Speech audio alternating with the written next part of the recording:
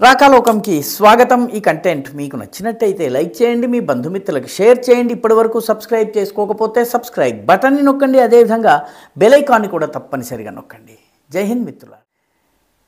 ఇప్పుడు రాజకీయ రంగంలో చర్చ అంతా కూడాను దేశవ్యాప్తంగా 12 రాష్ట్రాల్లో ఉత్తరప్రదేశ్, పశ్చిమ బెంగాల్, తమిళనాడు, కేరళ, అదేవిధంగా మధ్యప్రదేశ్, ఛత్తీస్గఢ్, రాజస్థాన్, ఉత్తరప్రదేశ్ ఈ రాష్ట్రాలన్నింటిలో జరుగుతున్నటువంటి స్పెషల్ ఇంటెన్సివ్ రివిజన్ మీద ఉంది। ఓటర్ల జాబితా యొక్క సమగ్ర శుద్ధీకరణ కార్యక్రమం దాని మీద ఉంది। దాంతోపాటు త్వరలో జరగబోయేటటువంటి వివిధ రాష్ట్రాల అసెంబ్లీ ఎన్నికల మీద ఉంది। బీహార్ అయిపోయింది, బీహార్లో ఎన్డీఏ కూటమి ఘన విజయం సాధించింది। దాని తరువాత పశ్చిమ బెంగాల్ తరువాత అస్సాంలో ఎన్నికలు జరుగుతాయి అసెంబ్లీకి, అదేవిధంగా తమిళనాడు, కేరళ, పుదుచ్చేరిలో కూడా ఎన్నికలు జరుగుతాయి। ఈ మొత్తము ఎన్నికలు భారతదేశ రాజకీయ ముఖ చిత్రం పైన తమ ముద్రను ఎలా వేస్తాయి? రానున్నటువంటి సంవత్సరంలో 2027లో పలు రాష్ట్రాల్లో ఎన్నికలు జరుగుతాయి, అందులో ఉత్తరప్రదేశ్ ఉంటుంది, గుజరాత్ ఉంటుంది। సో ఈ రాజకీయ ప్రభావాల గురించి, రాబోయే ఎన్నికల గురించి చాలా పెద్ద ఎత్తున రాజకీయ వర్గాల్లో, విశ్లేషకుల్లో, టీవీ ఛానళ్లలో చర్చ జరుగుతుంది। అయితే పెద్దగా చర్చకు రానటువంటి ఇంకొక ఎన్నిక ఉంది, అదొక మున్సిపల్ కార్పొరేషన్ ఎన్నిక। మామూలు మున్సిపల్ కార్పొరేషన్ లాంటిది కాదు ఈ మున్సిపల్ కార్పొరేషన్। ఆ మున్సిపల్ కార్పొరేషన్ యొక్క బడ్జెట్ 31,000 కోట్లు, 31,000 కోట్లు। దీంతోపాటు దాని దగ్గర ఉన్నటువంటి డిపాజిట్ల విలువ 80,000 కోట్లు। 31,000 కోట్ల బడ్జెట్ అంటే దాని పక్కనే ఉండేటువంటి గోవా రాష్ట్రము మొత్తము బడ్జెట్ 11,000 కోట్లు। అంటే 3 గోవాలు కలిపితే ఎంత అవుతుందో అంత ఈ ఒక్క మున్సిపల్ కార్పొరేషన్ యొక్క బడ్జెట్। డిపాజిట్లు ఇంకా పక్కన పెడదాం, బడ్జెట్।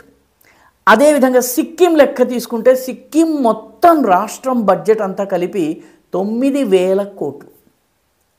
అంటే దాదాపు ఒక 4 సిక్కింలు కలిస్తే కానీ ఈ మున్సిపల్ కార్పొరేషన్తో సమానం కాదు ఆర్థికంగా। కాబట్టి ఆ మున్సిపల్ కార్పొరేషన్ అలాంటి మున్సిపల్ కార్పొరేషన్ కాదు। ఆ మున్సిపల్ కార్పొరేషన్లో ఓటర్ల సంఖ్య దాదాపు 1 కోటి, కొద్దిగా అటు ఇటుగా నియర్లీ 1 crore ఓటర్స్ ఉన్నారు।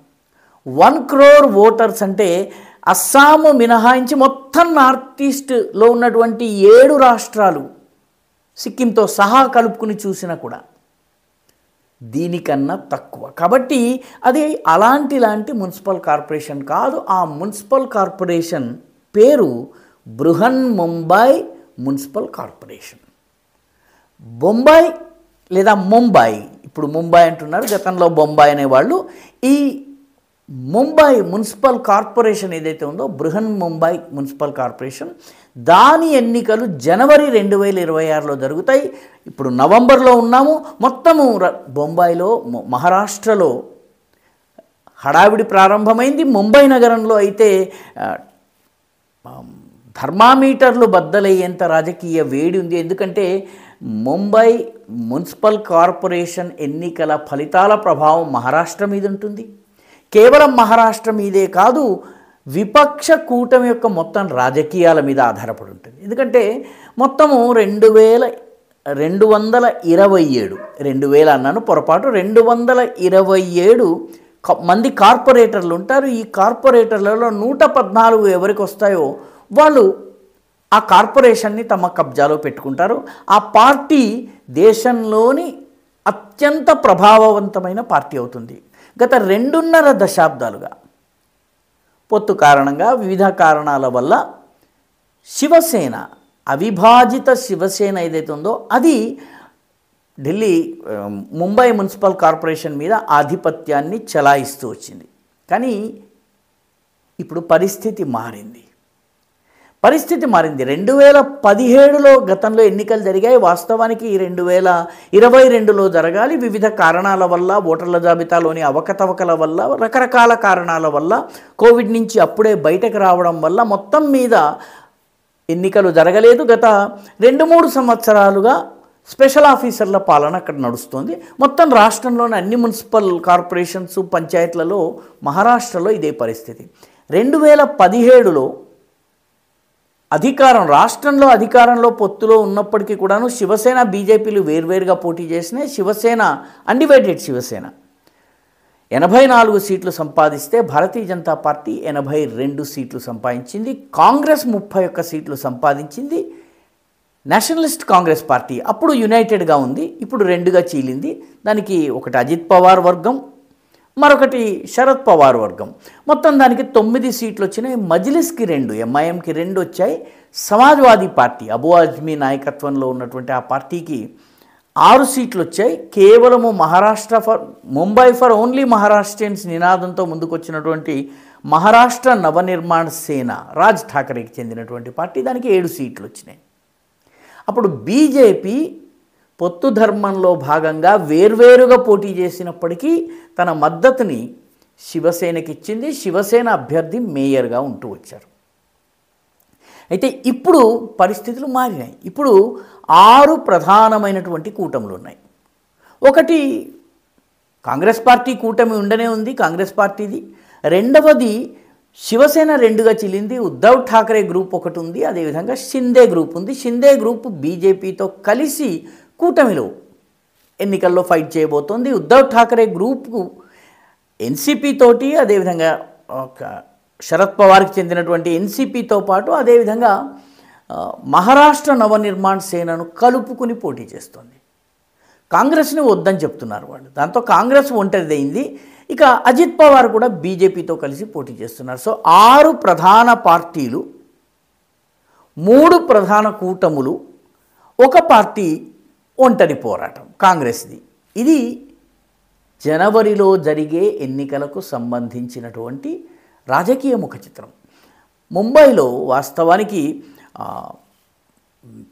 మహారాష్ట్ర పీసీసీ అధ్యక్షుడు, ఆయన పేరు విజయ్ వడ్డేటివార్, తెలుగు మూలానికి చెందినవాడై ఉంటాడు. విజయ్ వడ్డేటివార్ మేము అన్ని సెక్యులర్ పార్టీల్ని కలుపుకుంటామని చెప్పారు. కానీ ముంబైకి చెందినటువంటి వ్యవహారాలని చూసేటటువంటి వర్షా గైక్వాడ్, ఆమె ఎంపీ, ఆమె మాత్రము మేము ఎంఎన్సీతో చేతులు కలిపిన ఉద్ధవ్ ఠాకరేతో మేము కలిసే ప్రసక్తి లేదు, మేము ఒంటరిగా పోరాడతామని చెప్పి ప్రకటించింది. ఏమవుతుంది ఏమిటన్నది మనము పక్కన పెట్టినట్టయితే ప్రస్తుతము ప్రజల మూడ్ ఎలా ఉంది, బీహార్ వరకు, ముంబై మున్సిపల్ కార్పొరేషన్ వరకు అని చూస్తే బీజేపీ అతిపెద్ద పార్టీగా మిత్రపక్షాలతో పాటు అధికారంలోకి వచ్చేటటువంటి సూచనలు ఉన్నాయని తాజాగా అక్కడ వెలువడుతున్నటువంటి ప్రజాభిప్రాయ సర్వేలు చెప్తున్నాయి. Ajit Pawar group, Eknath Shinde group, BJP, ఈ 3 కలిసి పోటీ చేసి సునాయాసంగా ముంబైని 2.5 దశాబ్దాల తరువాత తమ చేతుల్లోకి తీసుకోగలవు అన్నది ఇప్పుడు ప్రాథమిక అంచనా. కాంగ్రెస్ పార్టీ ఒంటరిదైపోయింది, దాంతో ఎవరూ పొత్తు కట్టడం లేదు. కాబట్టి గతంలో వచ్చినటువంటి 31 సీట్లు కూడా కాంగ్రెస్ గెలుచుకోవడం అసాధ్యంలాగానే కనిపిస్తోంది. ఇక ఎన్సీపీ డివైడ్ అయింది. కొన్ని సీట్లు అజిత్ పవార్ గెలుచుకుంటారు, కొన్ని సీట్లు శరద్ పవార్ గెలుచుకుంటారు. ఇక సమాజ్వాదీ పార్టీ 6 సీట్లు గెలుచుకుంది. కానీ అబూ ఆజ్మీ ప్రస్తుతం జైల్లో ఉన్న కారణంగా ఆ పార్టీ పరిస్థితి ఏంటన్నది ఇప్పుడు చెప్పలేము. దాని లాభము ఎంఐఎంకి వస్తుందా అన్నది చూడాల్సింది. మొత్తం మీద ఈ మున్సిపల్ కార్పొరేషన్ ఎన్నికల ఫలితాలు, దేశ ఆర్థిక రాజధాని యొక్క ఎన్నికల ఫలితాల ప్రభావం కేవలం మహారాష్ట్ర మీదే కాదు, పొరుగున ఉన్నటువంటి గుజరాత్ మీద ఉంటుంది, ఇటువైపు ఉన్నటువంటి కర్ణాటక, బెల్గాం, ఆ ప్రాంతాలన్నిటి మీద ఉంటుంది, అదేవిధంగా గోవా మీద కూడా ఉంటుంది. ఎందుకంటే ముంబైకి టు గోవా పెద్ద దూరం లేదు, రాజకీయ ప్రభావం కూడా ముంబైది చాలా ఎక్కువగా విస్తృతంగా గోవా మీద ఉంటుంది. కాబట్టి రాబోయే రోజుల్లో ఈ ఎన్నికల ఫలితము పశ్చిమ భారతదేశంలో తీవ్రమైనటువంటి ప్రభావం చూపడమే కాకుండా దేశ రాజకీయాల మీద కూడా ప్రభావం చూపుతుంది. ప్రస్తుతం అక్కడ నియోజకవర్గాల పునర్విభజన జరుగుతోంది, అదేవిధంగా బౌండరీస్ని రీడ్రా చేస్తున్నారు. దాంతోపాటు అక్కడ ఓటర్ల జాబితాని సవరించేటటువంటి పని చేస్తున్నారు. ఎందుకంటే దాదాపు 1 కోటి మంది ఓటర్లలో 11-12 లక్షల మంది 2-3 చోట్ల పేర్లు ఉన్నటువంటి వ్యక్తులు ఉన్నారు. అంటే ఇది 10.6% ఆఫ్ ది ఓట్స్ 2-3 చోట్ల ఒకే పేరు ఉన్నది. కాబట్టి దాన్ని శుద్ధీకరించేటటువంటి పని జరుగుతోంది. మొత్తం మీద జనవరిలో ఒక పెద్ద రాజకీయ రణరంగంగా ముంబై మహానగరం మారబోతోంది. దేశ రాజకీయాలపైన ఈ చిన్న మున్సిపల్ ఎన్నిక చాలా ప్రభావం చూపించేటటువంటి అవకాశం ఉంది. ఈ వీడియో మీకు నచ్చినట్టయితే లైక్ చేయండి, షేర్ చేయండి, ఈ ఛానల్కు సబ్స్క్రైబ్ చేయండి. మీ అభిప్రాయాన్ని కమెంట్ల రూపంలో తప్పనిసరిగా పంపించండి.